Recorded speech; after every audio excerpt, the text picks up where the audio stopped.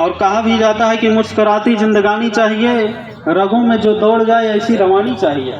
मुस्कुराती जिंदगानी चाहिए, रगों में जो दौड़ जाए ऐसी रवानी चाहिए, और सारी दुनिया अपनी हो सकती है, बस ऊपर वाले की मेहरबानी चाहिए। अब हम कार्यक्रम को आगे बढ़ाते हैं और हम चाहेंगे वरदेवीणा वादिनी वरदे, प्रिय स्वतंत्र रहो अमृत मंत्र नो भारत में भर दे। वरदेवीणा वादिनी वरदे।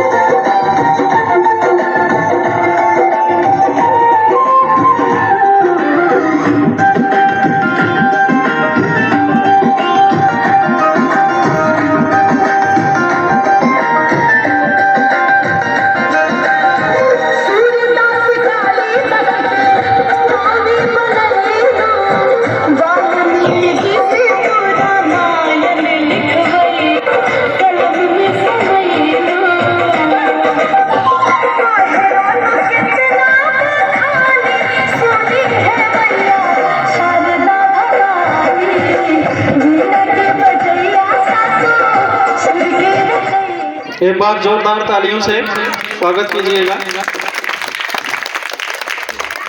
आराम के आगे बढ़ा मैं शुभ कार्य में देर में नहीं होना चाहिए। सबसे पहले माँ सरस्वती जी को नमन। और आज अष्टम शिक्षक संगोष्ठी संस्था में आयोजित किया गया है, जिसमें अध्यक्ष के रूप में श्री अध्यक्ष प्रसाद गुरु स्वागत अभिनंदन एवं वंदन करते हैं। स्वागतम सबका धन्यवाद।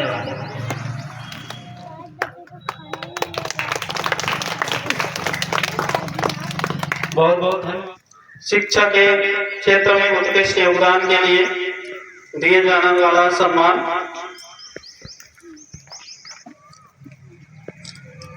अशोका प्ले स्कूल कादीपुर के द्वारा दिया जाने वाला सम्मान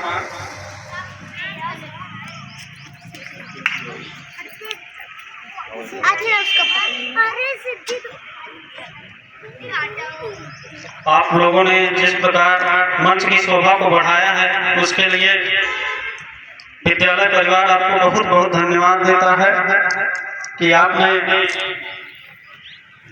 तालियां बजाते रहिए, क्योंकि जिंदगी में कभी खुशी और कभी गम होता है और तालियां वही बजाते हैं जिनके हाथों में दम होता है। गुरु जी का आशीर्वाद इस कार्यक्रम को मिला, विद्यालय परिवार को मिला, इसके लिए गुरु जी को बहुत बहुत धन्यवाद।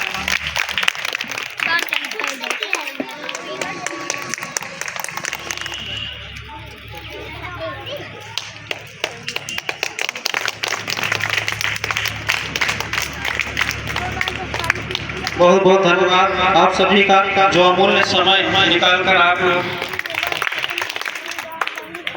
निवेदन है कि कृपया मंच पर पधारें। हम चाहेंगे कि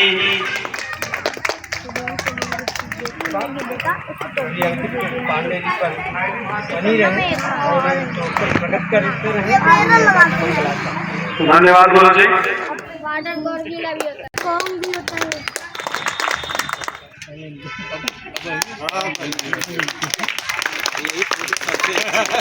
यही फोटो सबसे अच्छी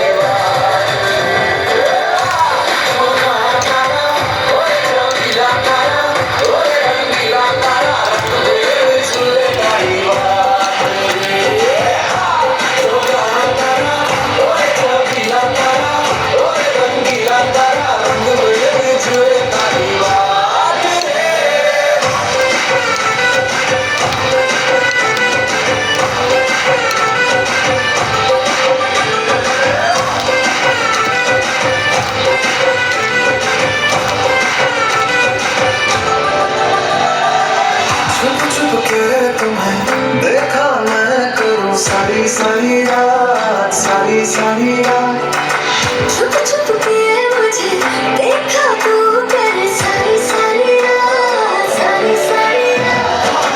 जाए मुझको तेरे साथ तेरा तो भूलूं मैं सारा सोगा तारा चबीला तारा रंगीला तारा रंग छुए तारी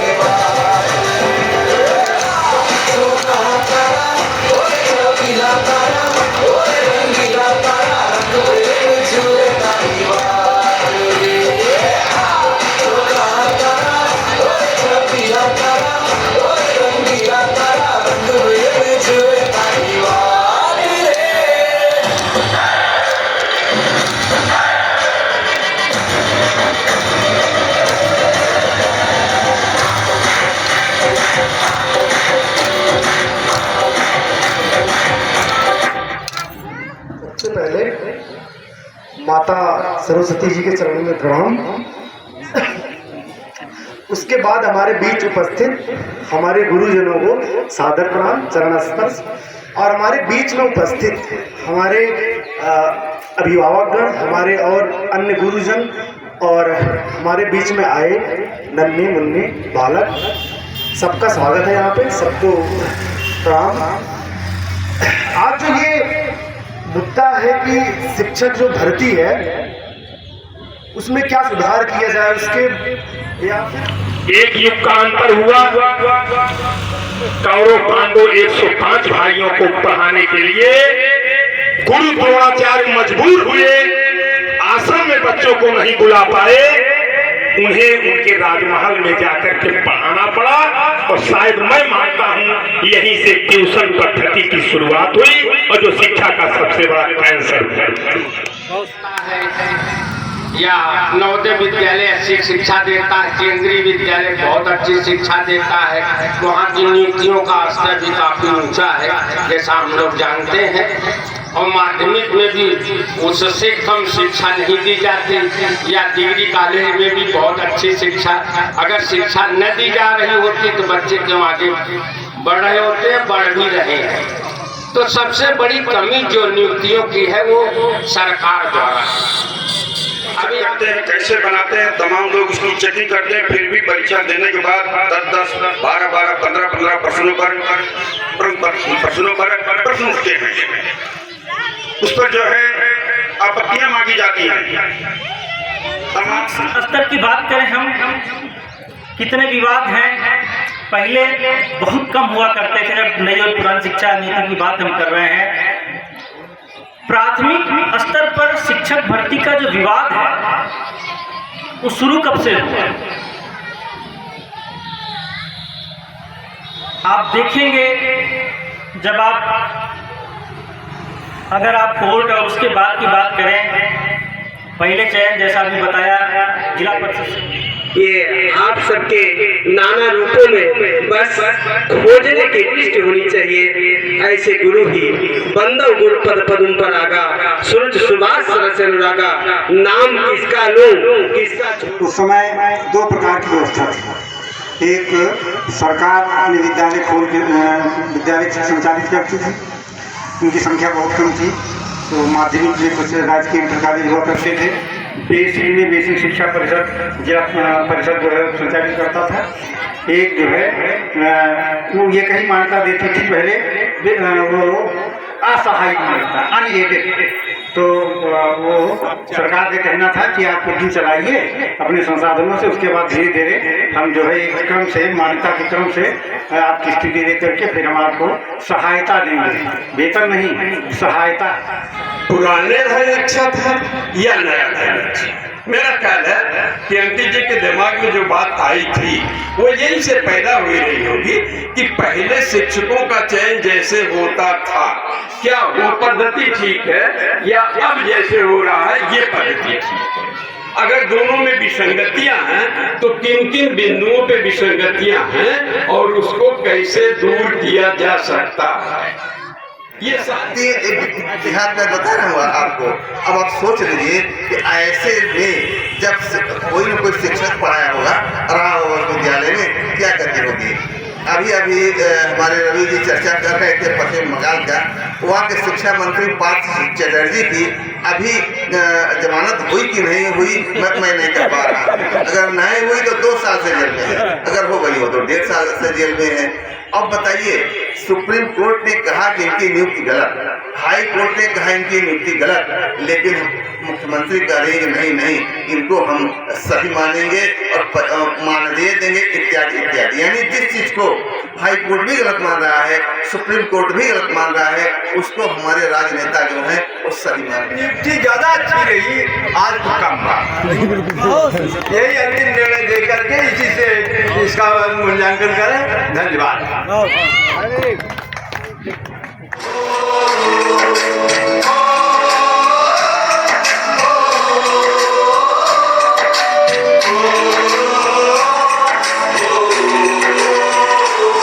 से आते हैं हमें घर पाते हैं, कुछ भी आती है वो पूछे जाती है कि घर कब आओगे, घर कब आओगे, घर कब आओगे।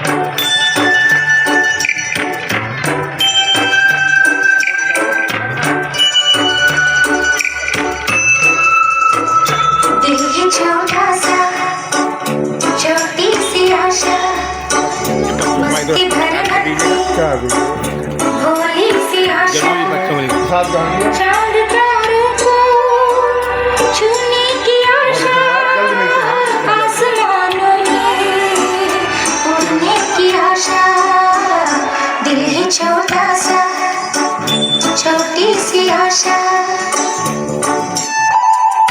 महक जाऊं मैं आज तो ऐसे फूल बगिया में महके हैं जैसे थालो दिल को सब ये ज़मीन चूम कर सबको झूम कर